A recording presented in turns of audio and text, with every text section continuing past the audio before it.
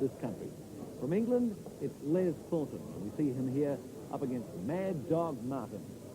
Les Thornton, a British Bulldog, they call him, a very strong man. We talked about his short neck. Look at that. Short neck and very, very hard to get around the neck because of it. He's very popular with the crowd. Mad Dog Martin, well, he's the Commonwealth champion. We know all about him. We've seen him a number of times in the past few weeks. A very, very tough, strong man. Taking off the belt now, handing it over to Chris Miller.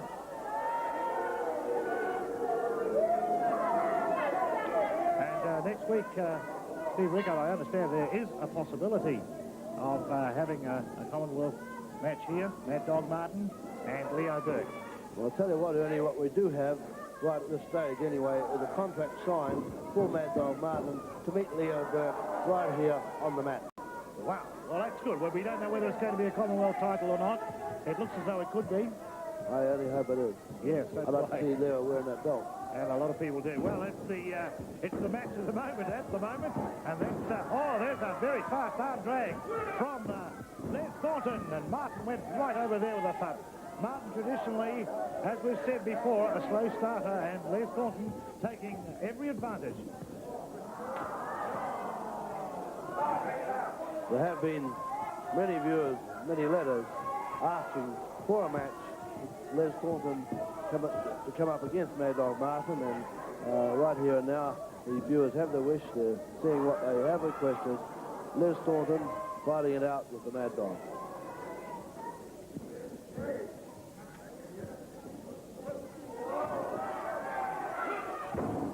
Les Thornton making every move count. Martin takes the move, and Les Thornton right in there with a counter.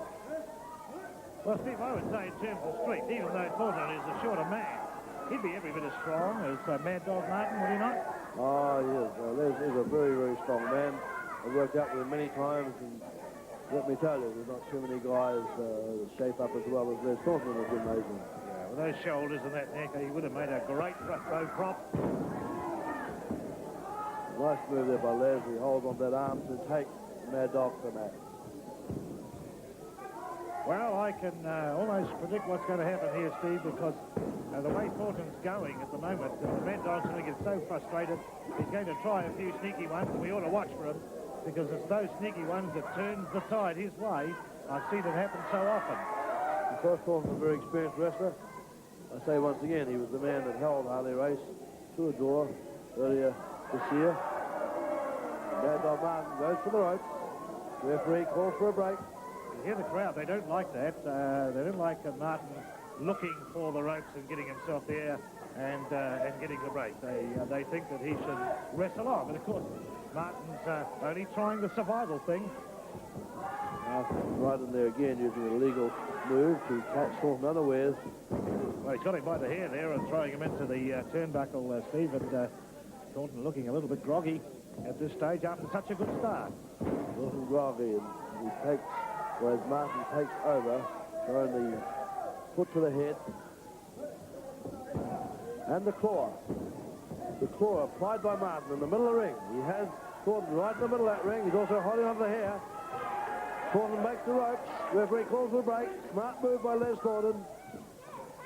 Believe me, a very painful hold, and Les Thornton could not be blamed for going for those ropes to break the move.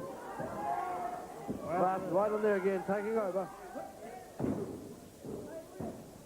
Les Thornton in trouble. Martin right back in. Takes Thornton into the corner, throwing his head into the turnbuckle. Martin looks to be biting there to me. Referee sees it and calls for a break. Lying there by Martin and a knee drop. Mad Dog, crazy dog.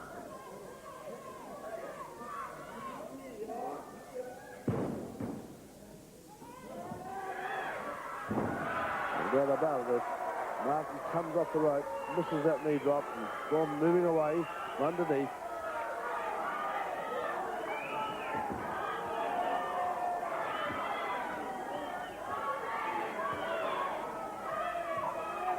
Mad Dog Martin obviously hurt his knee, now in trouble.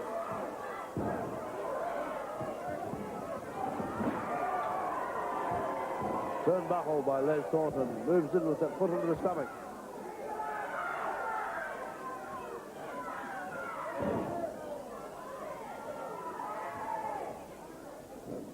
Well, Steve, this is a very even match up till now. In fact, I would say that probably Les Thornton has got the slight edge at this moment. Yes, he's made a great comeback here. You see him do that up and under there into the chest of Martin. Martin begging off. And Chris Miller warning Les Thornton there. Not looking to be in trouble once again. Always look for the unexpected as he's boxing. Well, that's it from World Pro Wrestling for this week. He doesn't like that. He's come over the ring here. Stalking like a panther at the moment. Whoa.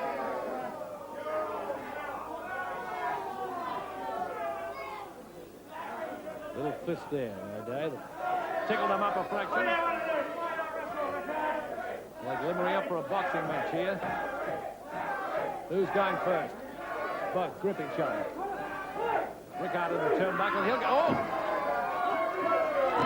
Nice little slip away by Rickard for him to put the fist into the chest. And another one. O'Day on the ropes. And over! Rickard going for the fall. Count of two.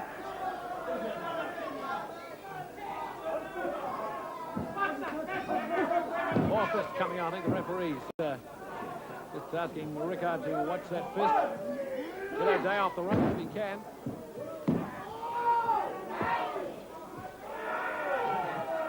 Little leg lock.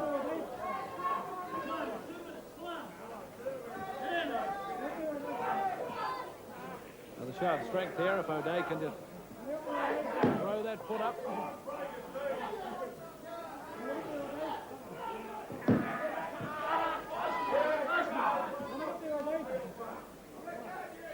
Steve saying to Larry O'Day, come on, come on. Come on, you give in. And it's let me out. Check it. That shoulder on the ground. There's Robert Collins yelling out instructions to Larry O'Day. Seemed to work. Heavy fist to the back of Steve Rickard. Is this the break that O'Day needs to win the match? Is this the break? Throws Rickard over. Heavy one, heavy shoulder and elbow to the chest of Steve Rickard, and looks as though he felt that one, and there's another. The applause coming in from Robert Collins inside the ring. There's the two, but hold on. I think Rickard had his foot on the rope. He had his foot on the rope, and look out. There's the cradle. The cradle, and Rickard holds the cradle. I think O'Day thought for one moment that he had won the match, but no, Rickard came back, put the cradle on, and the Commonwealth title stays with Steve Rickard.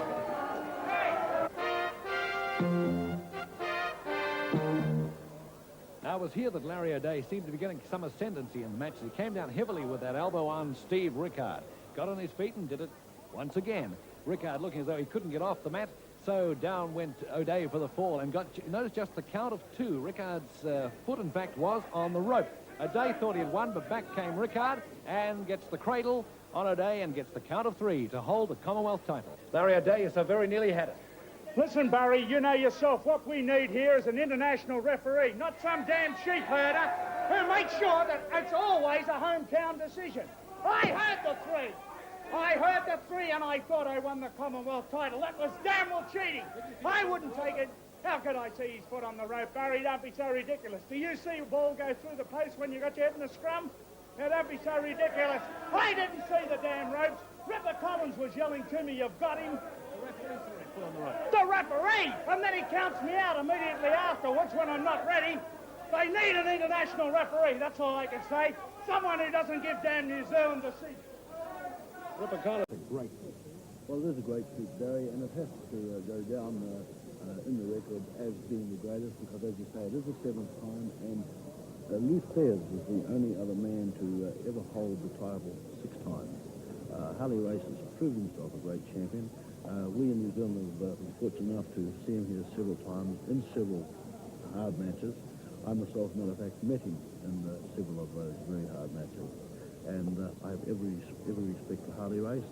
And unfortunately for us, we won't see him in New Zealand this year. But if he still holds the belt in March of next year, then we have a booking for the world champion around that time. We're going to see him, Steve, up against Reggie Parks here in a match that we have. I believe you've seen that one, and it was a good one, too. It's a terrific match, and Reggie Parks is one of the top wrestlers in the United States, and I'm sure like the fans will enjoy this match between the world champion Harley Race and Reggie Parks. He has held on to the title ever since. Began wrestling at the age of 17. After his first year of active competition, he was injured. Modified pile driver. Modified pile driver. No, sir. Parks powers out. Race was severely injured in an automobile accident. The doctors told him at that time he probably would never walk again, but that he was done as an athlete. And today you see him, the pinnacle of success, the world heavyweight wrestling champion.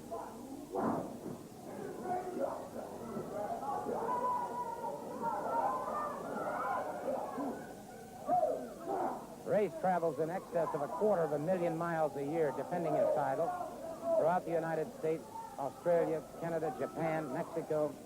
You name it, he's been there. Race catching Parks, and it's Parks reversing the situation. Race went for a salto, and Parks reversed it on him. And we could very easily have an upset in the making here. Reggie Parks comes off the rope, catches Race, a beautiful flying drop kick, and Reggie Parks is closing in on the champion. Race powers out again, but Reggie Parks, now with renewed vigor, moves against him again. Race caught in a backdrop. Parks been using that very effectively. Parks went up for a flying drop kick. Race stepped back. Out of the way. Parks came down. Had to jar. That spinal column. Race catches him a full body slam. Race moving up on that second rope. Parks stunned. Race dives headlong. Catches him.